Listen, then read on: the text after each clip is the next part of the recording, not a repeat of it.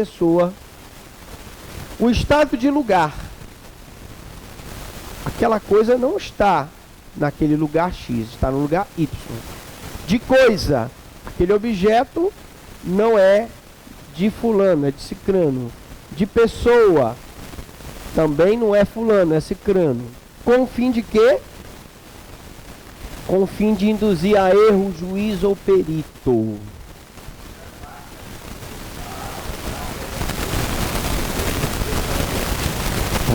Vamos dar alguns exemplos, né? Primeiro vou falar da pena. Detenção de 3 meses a 2 anos e multa, né? Objetividade jurídica, proteção da administração da justiça. Sujeito ativo pode ser qualquer pessoa pode inovar em processo. Sujeito passivo é o Estado, e aí se afeta a administração da justiça porque está tentando induzir o juiz a erro. Pressuposto, existência de processo judicial administrativo.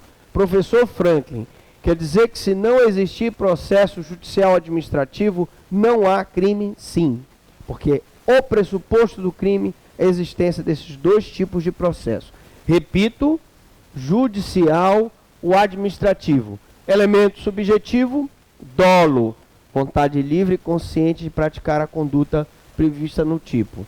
Tentativa, admite-se a consumação com a inovação, não se exige o fim desejado. Então aqui eu tenho um crime formal. Mesmo que o juiz não seja induzido a erro, não vai haver o crime porque não se exige o resultado material, o resultado naturalístico. Agora vamos então para os exemplos, né? Você estava dizendo aí...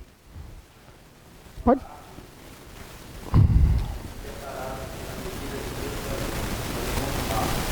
Uma árvore que separava, que era a medida, né, a delimitação entre duas fazendas, dois terrenos. Sim, e aí?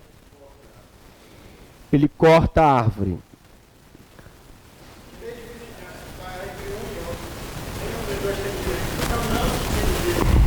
Eu diria, o que seria uma inovação, gente? Eu fui uma vez fazer uma visita na Ilha de Pau de Rosa, que fica na fronteira do município de São Sebastião com o Anajás. E havia uma questão de terra lá. Um processo que a delimitação do terreno era um pique. E o que ao longo do tempo o vizinho de cá fez? Plantou árvores e fechou o pique original e abriu um pique mais para lá, no curso de um processo que era de demarcação daquela terra. Quando o agrimensor chegou no local, já depois de algum tempo, que esses processos demoram, ele verificou que o pique original estava cheio já, várias, a gente plantou açaí, né, era uma área de várzea, estava praticamente irreconhecível. E que tinha sido feito um pique em outro local que dava não sei quantos metros ou hectares de terra para o proprietário do terreno da direita, em detrimento do terreno da esquerda. Ora, isso é uma inovação em processo judicial. Mas eu poderia citar várias situações. Ele some com as manchas. Ele inova em relação ao estado de pessoa. Ele diz que a pessoa é casada e a pessoa é solteira. Ele diz que a pessoa é convivente, a pessoa é viúva, alguma coisa assim. O local, ele inova. O terreno, na verdade, pertence ao município, pertence ao outro. Você teria que entrar com a ação de reintegração de posse no município X, mas o imóvel está no município Y. Ele inova, dizendo que o município pertence, quando você vai ver aquela ilha, é um aluvião que se formou no município onde ele ajuizou a ação, e na verdade ele deveria ter ajuizado no outro município. Então eu tenho várias situações em que eu posso inovar no curso do processo para tentar induzir o juiz a erro. Favorecimento pessoal. Vamos lá. 348. Auxiliar a subtrair-se a ação da autoridade pública, autor de crime, aqui é combinada a pena de reclusão. Pena, detenção de 1 a 6 meses e multa. Crime de menor potencial ofensivo. Chamo a atenção de vocês, para que não haja nenhuma dúvida, que o favorecimento pessoal é quando há o auxílio a uma pessoa para que ele se subtraia à ação da autoridade pública. Quem é essa pessoa? O autor de um crime. Aqui é combinada a pena de reclusão. Professor, se eu tiver o autor do crime, aqui é combinada uma pena de detenção. Existe favorecimento pessoal? Não. Mas se eu auxiliar uma pessoa a se subtrair da autoridade de um delegado de polícia, de um investigador, de um escrivão, ao autor de um crime, a pena combinada de reclusão é o favorecimento pessoal.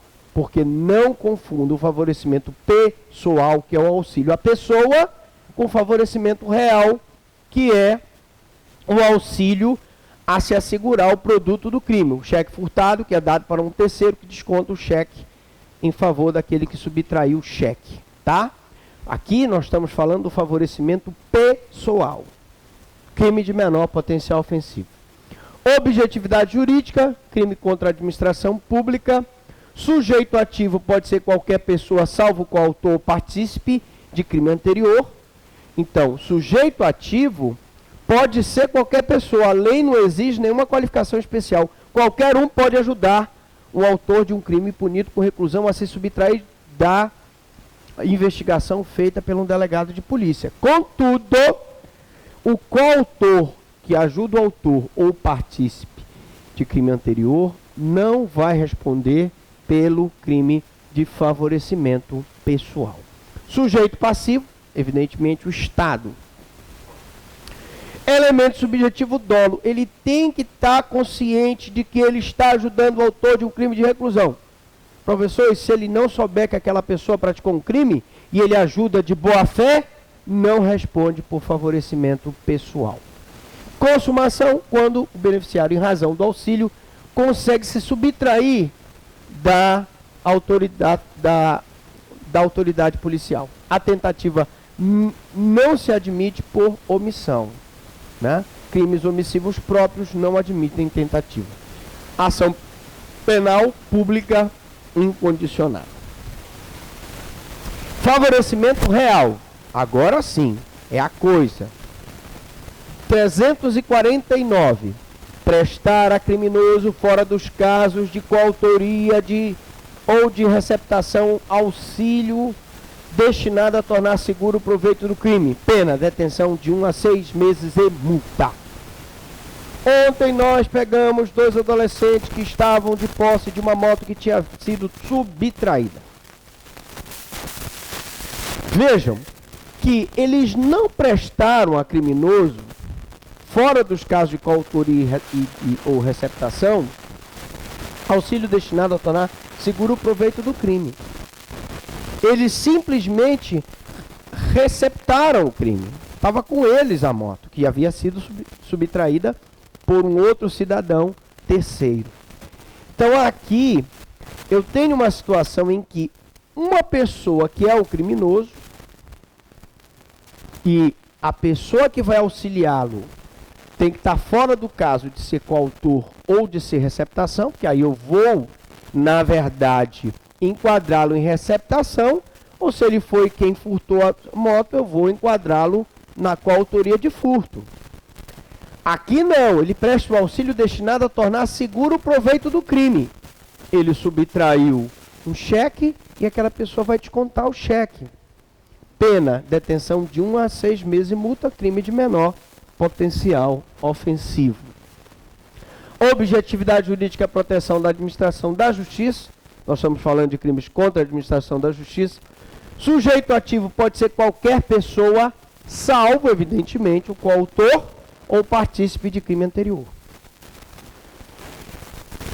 Aquela pessoa que foi coautor dele no furto ou que foi o receptador, não pode ser sujeito ativo do crime. Só é sujeito ativo do crime aquele que auxilia. Sujeito passivo é o Estado.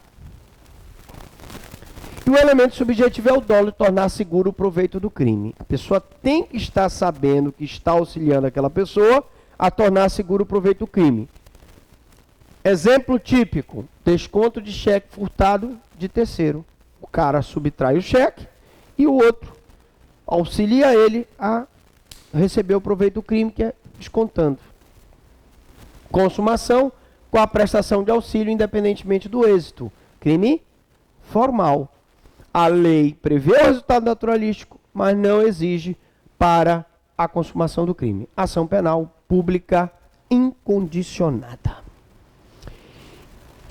Modalidade especial de favorecimento real que não tem na apostila de vocês. 349A. Ingressar, promover, intermediar, auxiliar ou facilitar a entrada de aparelho telefônico de comunicação móvel, de rádio ou similar, sem autorização legal. Então, ele está ingressando, promovendo, intermediando, auxiliando ou facilitando a entrada de aparelho telefônico. Por que se criou essa lei? Por causa da quantidade de aparelhos telefônicos, radiofônicos que se apreende dentro das prisões. De rádio ou similar, sem autorização legal, elemento normativo da conduta. Porque se ele tiver autorização legal, não há crime. Em estabelecimento prisional, pena, detenção de 3 meses a 1 ano. Crime de menor potencial ofensivo. Objetividade jurídica, todos já sabemos. Crimes contra a administração pública, objetividade jurídica, proteção da administração da justiça. Sujeito ativo.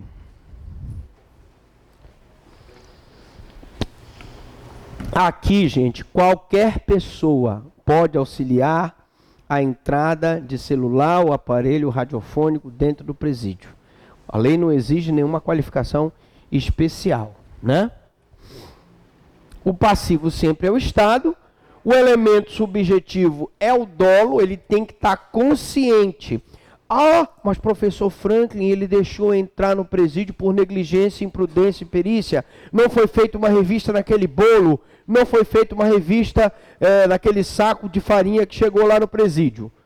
Não, não é punido a título de culpa a necessidade do dolo. Ele tem que se provar que ele, pelo menos, assumiu o risco de produzir o resultado. Pelo menos o dolo eventual. Consumação com a entrada do aparelho telefônico no estabelecimento prisional e ação penal pública incondicionada. Tá?